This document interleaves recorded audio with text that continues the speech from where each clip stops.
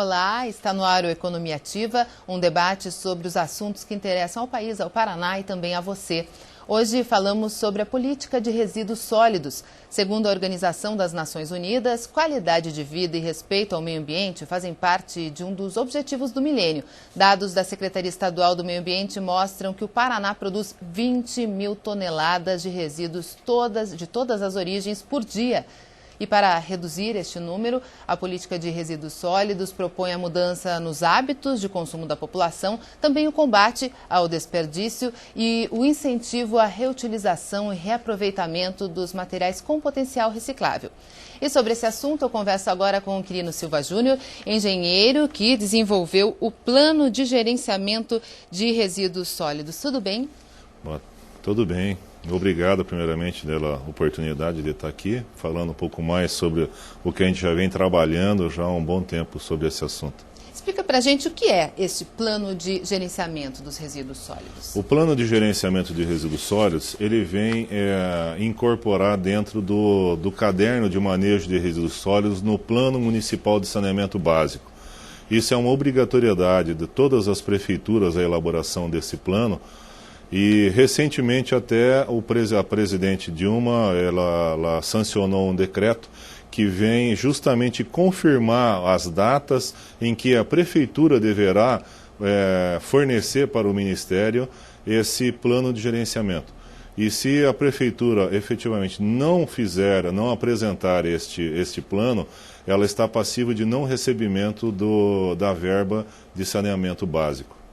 Falando em termos comuns mais diretos para o leigo, é gerenciamento do lixo, tanto aí no caso da prefeitura, nas casas, nas empresas. Isso. E existe uma legislação que começa a entrar em vigor, na verdade ela já está em vigor, mas começa a ser cobrada a partir de agosto deste ano. Agosto, isso. Essa lei é a 12.305, que ela foi promulgada em 2 de agosto de 2010, e foi dado 4 anos para que as empresas se enquadrassem nessa legislação. E ela está agora vencendo em agosto, então todas as empresas têm que estar atentas, porque não pode alegar ignorância, a lei não permite isso.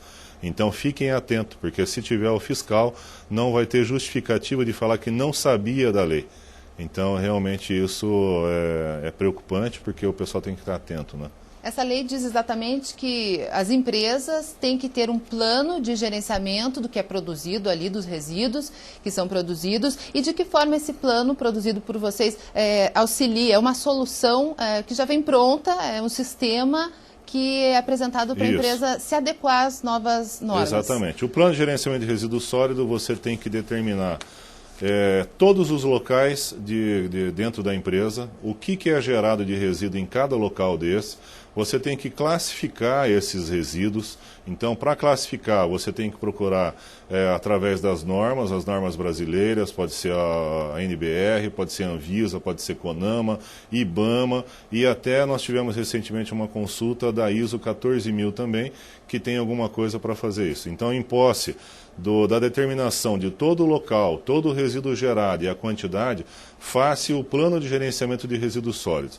E nós elaboramos uma ferramenta, que é o EPGRS, é uma ferramenta onde, na elaboração deste plano, ela vai auxiliar os consultores e as empresas na sua elaboração. Quando, na entrada de determinação do tipo de resíduo, o sistema traz todas as classificações, que aí nós tentamos englobar praticamente todas as classificações brasileiras. Para quê? Para que ele classifique e após isso o sistema já vai determinando qual o tipo de manejo que tem que ser feito, qual a identificação do resíduo, se o resíduo é perigoso, não é perigoso, para poder formatar o laudo, e aí ele vai gerar o laudo onde o profissional vai estar assinando, né, recolhendo a responsabilidade técnica para poder entregar na prefeitura e atender a legislação. Dá um exemplo para a gente, algum material que é de difícil classificação e também pode ser tóxico ou não, tem que ser classificado de forma correta. Sim, a gente tem, por exemplo, um laboratório que faz a manipulação de copo descartável. Tem laboratório de manipulação que usa o copo, às vezes, para medir um determinado produto. Só que esse copinho, que é como se fosse um copinho de café, ele não é um copo que pode ser reaproveitado, porque dependendo do tipo de produto que é colocado para fazer a formulação, esse copo acaba sendo contaminado. Então esse copo tem que ser tem que ser descartado e tem que ter uma empresa que tem uma licença de operação para poder fazer a coleta desse copo. Ele não é um copo que pode ser descartado junto com os outros, que a gente toma água e pode ser reciclado e ajudar até os cooperados e as cooperativas, né, de catadores. Então, esse tipo de detalhe, na hora de fazer o plano, você tem que elaborar qual é a quantidade que você vai ter desses copos também contaminados e qual é a quantidade que você vai ter dos copos que são comuns, que podem ser reciclados. Vamos falar um pouquinho de como será essa fiscalização e também a punição. Existe um prazo também para que os municípios que não estiverem adequados, eles vão ter sanções, inclusive financeiras. Exatamente. Então, o que a gente estava falando, isso vai a prefeitura. Inicialmente a prefeitura estava fazendo somente a coleta dos resíduos domiciliares. Então, o PGRS vem justamente através das empresas juntar o volume que as empresas geram juntamente com o volume que o município gera. Vários já, a própria Prefeitura de Curitiba hoje, por exemplo, ela não coleta acima de determinado volume, ela não coleta mais. A empresa tem que buscar um transportador e um destinador final para aquele tipo, porque a quantidade é muito grande. Então ela tem que estar atenta para poder atender justamente a legislação. Então, com o volume do resíduo urbano, mais o volume das empresas através do PGRS, ela vai conseguir formatar o Plano Municipal de Saneamento Básico para poder entregar para o Ministério para cumprir justamente essa determinação. Se não cumprir, a partir do ano que vem... A partir de dezembro, ou seja, a partir do 31 de dezembro, ou seja, a partir do ano que vem, ela não recebe mais a verba de saneamento básico do governo. E a partir de 2015, nenhum tipo de financiamento federal? Nenhum tipo de financiamento. Justamente esse decreto do mês passado de março vem justamente colocar essa situação. Então, os próprios prefeitos têm que estar atentos a essa legislação também e estar cumprindo com os prazos. Não só descuidando que tem que ver com os lixões, acabar com a erradicação dos lixões, né? Se vai continuar com o aterro sanitário, todo ele controlado, toda a parte de resíduos controlados, isso tudo o pessoal está correndo e buscando não só o aterro, mas buscando também alternativas através de usinas de processamento desses resíduos, né? Para que não seja todo esse volume também perdido num aterro, e sendo que ele pode ser transformado num energético e está sendo aproveitado de outras formas.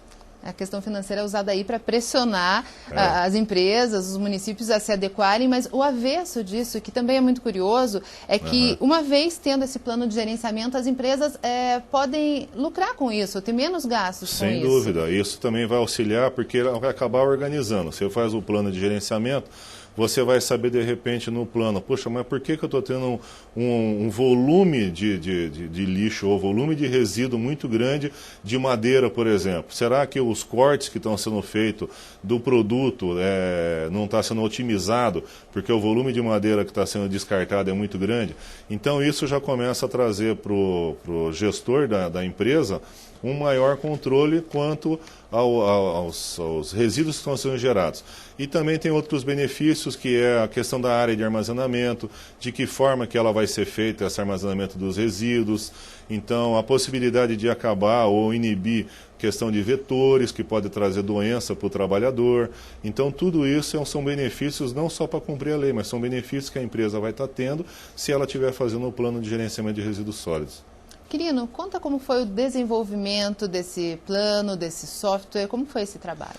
Isso é muito engraçado. Nós estávamos no ano passado na Feira do Empreendedor, no Sebrae, e nós somos convidados para fazer uma palestra lá na feira de como elaborar o PGRS, como elaborar o Plano de Gerenciamento de Resíduos Sólidos.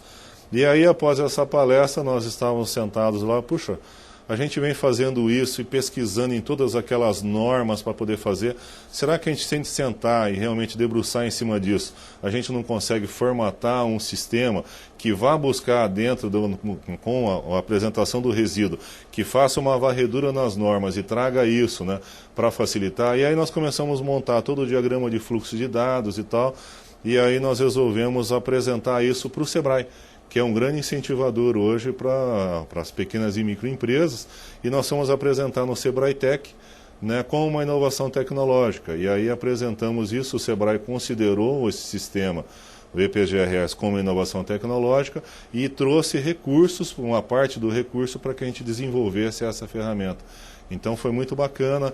De que forma que aconteceu? Foi justamente dentro de uma feira do Sebrae, depois o Sebrae veio apoiar e agora a gente está trazendo essa ferramenta que vai facilitar muito, principalmente o pequeno empreendedor, porque às vezes ele não tem um recurso para pagar, para desenvolver um PGRS com um profissional e tudo mais, né? Se ele tivesse que fazer sem a ferramenta. Ele ia demorar um tempo também maior e a ferramenta vem justamente reduzir o custo de investimento. Existe um modelo pronto, um exemplo a ser seguido? Isso, nós dividimos o sistema em 6 laudos. Então, de acordo com o CNAE da empresa, de acordo com o número de funcionários e a possibilidade de resíduo perigoso, o sistema já direciona qual vai ser o tipo de laudo que vai ser feito para aquela empresa. Então, o sistema já vai... Nós temos aqui nas imagens os 6 laudos. Exato. Então, pode ser, por exemplo, se é uma microempresa, ela pode apresentar um resíduo, um laudo simplificado. Então, onde não vai ter todo o detalhamento de áreas de armazenamento e tudo mais, porque praticamente ele estaria fazendo como se fosse um resíduo urbano, separando exclusivamente o que é reciclável e o que não é reciclável. Então, é um processo simples, mas que tem que ser contabilizado, porque você vai somando todos esses empreendimentos a nível Brasil. Isso são, acho que mais de 6 milhões de pequenas empresas a nível Brasil. Então é um volume muito alto que não está sendo contabilizado hoje, né? E se você pensar, a partir do momento que a gente possa ter esse quantitativo disso, quanto desses resíduos que poderiam ser reaproveitados através de uma cooperativa ou através de uma usina que estivesse processando e reaproveitando esse material, como é feito hoje com as latinhas de alumínio. Se você vê isso muito claro, as latinhas de alumínio, o pessoal, qualquer evento que tem, todo mundo pegando as latinhas de alumínio, que hoje no Brasil está muito claro isso, está muito bem esse setor hoje da reciclagem do alumínio está muito bom hoje, acho que é 98% hoje de todo o resíduo de alumínio hoje das latinhas são reprocessadas e reaproveitadas. Imagina isso se a gente estender para os vidros, para os metais, para os plásticos, então seria fantástico, porque a gente vai estar economizando matéria-prima de ir lá, isso está dentro de um rio, escavando, trazendo a areia para fora, fazendo todo esse processo, resíduo da construção civil, se tiver o reaproveitamento também, então tudo isso tem que estar olhando para que a gente não dê esse desgaste ou prejudique muito o meio ambiente, que nós vamos precisar dele, já estamos precisando dele por causa desse uso desenfreado. Então a gente tem que, eu acho que, aproveitar esse momento de que o governo está proporcionando a lei para que a gente realmente repense e veja de que forma que nós estamos tratando o nosso meio ambiente, né, e como que a gente pode melhorar isso, porque estão vindo aí os nossos filhos, os nossos netos, e se a gente não olhar por isso, eu não sei como é que vai ficar lá na frente, né? E isso também pode ser trazido para o ambiente doméstico. Nós falamos aqui das prefeituras, Sim, dos municípios, das empresas, mas temos dados do IBGE que mostram que cada brasileiro produz em média 1,1 kg de lixo por dia. Mas é possível reduzir esse volume a quase zero, destinando corretamente os resíduos. Mas será que você aí em casa sabe a maneira correta de fazer isso? Quem nos ensina é uma costureira aqui de Curitiba, que é um exemplo de consciência ambiental. Acompanhe. Dona Silmara sabe bem como reaproveitar o lixo que produz. Ela é costureira e trabalha em média escala, costurando uniformes e roupas infantis. Que destino a senhora dá para esses tecidos? Olha, normalmente esses tecidos agora têm ido para posto de saúde, que tem umas senhoras que fazem artesanato, né? Fazem fuxico, que é uns negocinhos de tecidinho, fazem roupa também, elas aproveitam tudo. Então, os retalhos maiores vão para elas fazerem esses artesanatos. Mas a senhora mesma já costurou peças para doar? Já fiz roupa para criança, né? Eu tinha pedacinhos de soft e daí eu fiz para doar, justamente foi para esse posto de saúde também, que daí distribuí para as crianças carentes. Eu fiz algumas sacolas também algum tempo atrás, de retalhos. E não é só no ateliê de costura que Dona Silmara se preocupa em dar um destino consciente para o lixo. Embalagens de plástico e papel recebem um tratamento especial antes de serem descartados. Dá uma lavada para tirar a gordura do leite, né? Eu deixo tudo limpinho, condicionado, daí quando enche aqui eu coloco num saco maior, né? Para você colocar no lixo, que não é lixo, que passa 2 vezes por semana. A senhora se sente mais atuante como cidadã fazendo esse trabalho em casa? Eu sinto que eu estou fazendo a minha parte, sabe? Eu acho que por pequeno que seja o que a gente está fazendo, o mínimo a contribuição que a gente dê é importante, né? Eu acho que a gente tem que sempre fazer o que é o melhor. O lixo orgânico produzido na casa da dona Silmara também tem um destino ecológico. Restos de alimentos, como cascas de frutas e de legumes, são depositados no quintal em um processo chamado compostagem. O lixo é colocado em um balde e coberto por camadas de terra e folhas secas para evitar o mau cheiro e facilitar a decomposição. Um trabalho para as minhocas, que vão penetrar na mistura através de pequenos furos feitos no fundo do balde. As minhocas, elas se alimentam do lixo, né? Então elas vão decompondo mais rápido o lixo, né? Então cascas, essas coisas assim, elas decompõem mais com uma rapidez maior, né? Então daí diminui mais o meu lixo no balde. E as minhocas fazem humus, né? Então o que sobra é humus de minhoca. O humus é o material que resulta dessa decomposição e serve de adubo para o quintal de dona Silmara, onde brotam hortaliças, pés de abacaxi, de mamão e morango. É o solo retribuindo o carinho que dona Silmara dedica à natureza. Você cuida, tenta manter o melhor possível e você acaba tendo a recompensa dessa aí, que é um mamoeiro, um pé de goiaba, que você vai no quintal e consegue ter uma fruta, né, natural, sem agrotóxico, sem nada. É isso que acontece. E o que agrada a gente, né, agrada a tua visão, né, tudo é muito bom.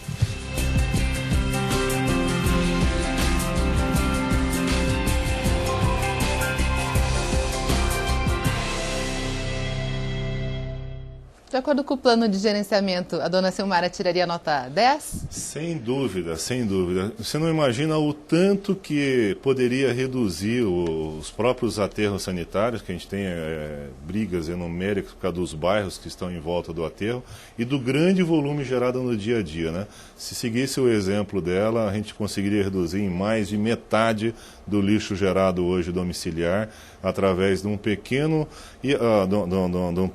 forma de se adequar aos resíduos orgânicos e os resíduos secos, que a gente chama, né, os secos e os molhados, orgânicos e os recicláveis, né?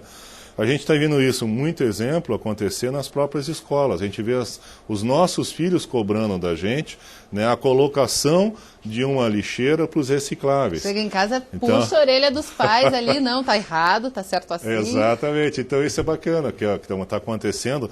Recentemente teve até uma reunião aqui em Curitiba falando justamente da implantação da educação ambiental nas escolas. Então acho que isso vem de encontro do pessoal começar a repensar a forma de separar, porque olha que exemplo maravilhoso. Esses tecidos têm reaproveitamento, não só, como é um exemplo que ela citou do fuxico, mas próprios postos de gasolina usam muito aqueles jogos de retalhos para fazer a limpeza das varetas e tudo mais, e que isso depois é coletado e tudo mais. Então tem outros tipos, né, de reaproveitamentos que podem ser feitos de acordo com o resíduo gerado. Então é questão de pensar sobre cada tipo de resíduo e como você pode reaproveitar isso. Agora, é uma mudança cultural difícil, sim, lenta, gradual. Sem dúvida, sem dúvida. Acho que é mudança lenta cultural, mas acho que esse pontapé inicial para essa mudança, através da educação ambiental, acho que vem acrescentar muito, e em breve eu acho que nós teremos aí grandes projetos vindo das crianças, através de feiras de ciências, trabalhando os tipos de resíduos. Então, acho que é bacana, uma coisa de a gente conseguir ver, acho que acreditar que a coisa vai mudar, que a situação toda hoje, dessa parte toda de geração de resíduos, a tendência é melhorar. Então, eu acho que se a gente tiver um pouco mais de vontade política também, porque não adianta também o próprio cidadão tentar mudar, é lógico que ele vai fazer, gradativamente vai conseguindo fazer alguma coisa. Mas se tiver vontade política juntando a isso, consequentemente, num breve espaço de tempo, a gente vai ter uma redução significativa nos nossos aterros e geração de lixo aí, de resíduos. A legislação já está aí, começa a vigorar, a fiscalização é que também tem que seguir firme em cima. Sem dúvida. E aí a gente está facilitando para que os empresários atendam a legislação, Por isso que nós desenvolvemos esse software, o EPGRS, justamente para facilitar a vida do empresário e dos consultores que já prestam esse tipo de serviço também. Então a ideia justamente é que utilize essa ferramenta para facilitar e consiga fazer um maior número de empresas possíveis nesse determinado prazo que a gente tem, que é um prazo muito curto. Quirino Silva Júnior, um dos engenheiros que desenvolveu o plano de gerenciamento de resíduos sólidos. Muito obrigada pela entrevista. Eu que agradeço a oportunidade. E este foi mais um Economia Ativa. Até a próxima.